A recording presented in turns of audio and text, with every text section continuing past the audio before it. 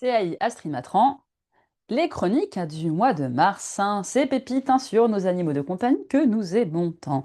Alors, eh bien, ces dernières semaines, il y a encore des animaux assez intéressants, pour certains assez extravagants, et oui, on n'arrête pas le progrès. Alors, parmi les plus surprenants, nous avons certains mâles castrés, bien sûr, pour des raisons de confidentialité, je garderai bien entendu l'anonymat, qui sont des grands passionnés de la lingerie féminine. Voilà, et qui trouvent ça très amusant d'aller faire leur petit stock en s'amusant à faire des allers-retours entre eh bien, le cellier ou tout autre type d'endroit où on peut laisser stocker du linge et les ramener dans leur panier. Voilà. Donc, et oui, certains sont assez coquinous, hein, bien entendu. Il ne manque pas d'originalité. Oh, nous avons aussi les passionnés de l'autoporté. Oui, oui, certains chats sont passionnés de tracteurs tondeuses. Et oui, ça arrive. C'est-à-dire que je connais quelqu'un en fait qui a été dans une résidence et son chat, eh bien, adorait faire du tracteur tondeuse en fait avec le monsieur de l'entretien de jardin. Voilà, donc elle voyait son chat passer sur les genoux du monsieur en train de passer la tondeuse dans la résidence. Donc, ce qui donne lieu à des situations parfois quand même assez comiques. Ne l'oublions pas. Alors, hein, donc oui, il y a du comique, mais il y a aussi des situations qui sont délicates, hein. J'ai travaillé sur un petit chien sorti de la SPA dernièrement, qui avait été retrouvé donc dans les rues. Et ce garçon, eh bien, âgé de 7 ans, a vraiment beaucoup de difficultés avec les hommes, hein, en fait, hein, qu'il croise, qu'il ne connaît pas, donc suite à des maltraitances. Donc, il y a des choses aussi assez émouvantes, hein, qui arrivent et bien entendu, fort heureusement, il est possible de les aider, mais c'est vrai que, il y a quand même beaucoup de choses qui peuvent préfigurer des relations pas très harmonieuses avec, les humains, là, notamment, liées à cette expérience-là. Alors, nous avons des grands passionnés de la littérature, après les passionnés de la lingerie. Et oui, Duchesse est une chienne qui s'est pris depuis quelques mois de passion pour la littérature. Et pendant que sa propriétaire part travailler, alors il y a un travail qui a été fait puisqu'avant elle dévorait les livres, hein. Elle sortait aussi toutes les affaires de la penderie de sa maîtresse et se mettait à mâchouiller ses vêtements, ce qui est un petit peu compliqué. Mais maintenant, non, voilà, elle sort tous les bouquins de la bibliothèque et puis elle lit, voilà. Donc, Duchesse est une littéraire, voilà. Donc, eh bien, nous avons des animaux, voilà, qui sont passionnés par le tracteur tondeuse, d'autres par la littérature, d'autres par la lingerie. Voyez-vous, eh bien, chacun a ses passions. Alors, eh bien, j'ai travaillé sur un magnifique chat basque, hein, qui, lui, avait fui sa première famille, bon, dû à comment dire, à une mauvaise cohabitation avec le chien. Donc, il est parti s'installer chez les voisins, qui l'adorent, hein, c'est un magnifique chat. Et depuis qu'il a découvert qu'il y avait un nouveau chaton d'un mois et demi dans la maison, il devient un peu sauvage. Voilà, il veut plus rentrer à la maison. Donc un travail est en cours, hein, sur lui pour lui faire comprendre que ce chaton ne va pas lui prendre sa place, hein, etc., etc. Et donc dans les informations qui sont envoyées, je lui ai parlé d'une famille extraordinaire en Andalousie qui a plus de 9 animaux, une dizaine d'animaux et donc beaucoup de chats qui vivent dans un état d'harmonie extraordinaire. Donc le chat était stupéfait. Ah bon? Mais ça existe? Oh, mais c'est vrai ça? Ah bon? Non mais c'est pas possible. Autant de chats peuvent vivre ensemble? Oui, oui, oui. Oh, alors le pauvre là, il était stupéfait. Là, franchement. Il était tellement, tellement stupéfait à ce sujet. C'était quelque chose d'assez extraordinaire. Et puis on a les bisounours aussi, voilà, les grands bisounours qui ont 3 ans, qui s'imaginent qu'ils sont encore grands chiots. Alors pas tout à fait, donc il faut faire un certain travail pour qu'ils prennent conscience, hein, qu'ils sont bien dans la vie d'adulte. Et puis, alors eux, ils sont sur les fesses parce qu'en fait, ils ne comprennent pas comment ça se fait que des humains se soient déjà fait mordre par des chiens.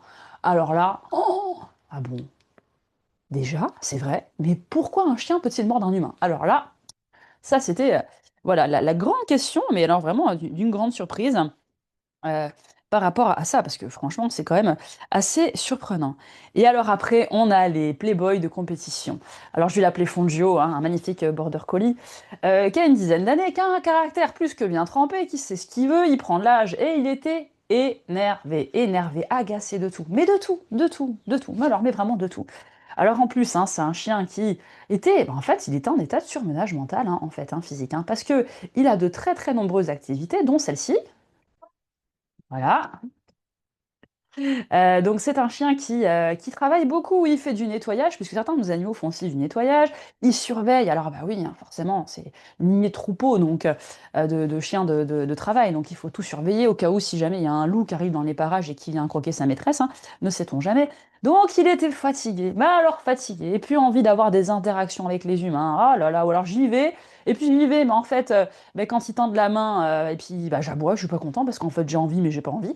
Donc voilà, donc un peu un esprit assez confus hein, dans un flou artistique complet. Mais je dis, mais en fait, mais t'as peur de me faire taper? Moi, me faire taper? Même pas en rêve, je suis bien trop intelligent pour que ça m'arrive. Ah ok, bah ok, très bien, très bien, très bien, très bien, fantastique. J'ai bon le nettoyage là, tu sais, t'es pas obligé d'en faire tout le temps non plus, hein. Ta maîtresse, elle est très douée pour ça, elle est brillante. Ouais, je sais.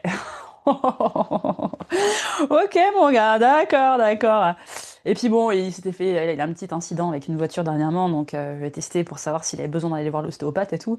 Non, mais attends, je suis un grand garçon, je sais dont j'ai besoin si tu veux, donc oh, bon, bah voilà, bon, bah, ouh là là là là là là là là. Et puis alors, bon, bah face au chien, voilà, les congénères, il a vraiment du mal parce qu'il les supporte plus, il est énervé, pff, ils ne comprennent pas. Et puis bon, bah faut que je montre que je suis chef, quoi. Voilà, moi c'est clair, moi j'arrive, attention, je suis le chef. Voilà, c'est clair.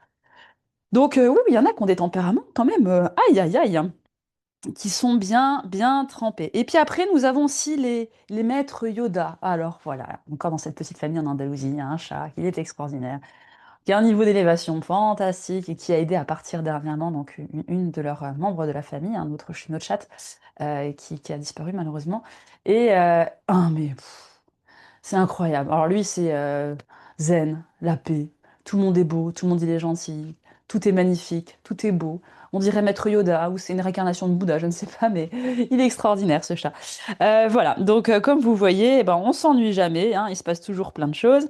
Ah oui, et alors donc un des chiens sur lesquels j'ai travaillé la semaine dernière, je ne sais plus, qui a aussi des soucis. Ah oui, donc c'est un berger australien, ça aussi, qui est un peu réactif vis-à-vis des congénères, un peu beaucoup même. Et je lui ai expliqué la technique d'un autre chien que je connaissais, un Golden Retriever, qui a développé une propre technique, il est très intelligent, parce qu'il vit dans un endroit, il vit à l'entrée d'un commerce, donc au bord de la plage, où il y a beaucoup de monde, et sait qu'il est beau. Donc il n'a pas envie qu'on le touche. Donc il snob tout le monde. Mais alors, mais tout le monde. Dès que quelqu'un passe, il regarde genre, non, mais t'es qui toi? Et en fait, il a mis en place ces stratégies de snober les gens, d'ignorer, pour pas se faire caresser. Donc j'ai expliqué ça au chien, alors il était là, stupéfait. Je pensais pas que c'était possible, un truc pareil. Donc, quand même, ils arrivent à mettre en place des parades, hein, des solutions qui sont assez extraordinaires parfois, et qui sont même qui peuvent être des plus surprenantes, hein. Eh bien, je crois que je vous ai dit tout ce que j'avais à vous dire pour cette semaine. Je vous souhaite une très belle semaine. N'hésitez pas à vous abonner, à faire des commentaires ou des suggestions. Et je vous souhaite pour ça une très belle semaine.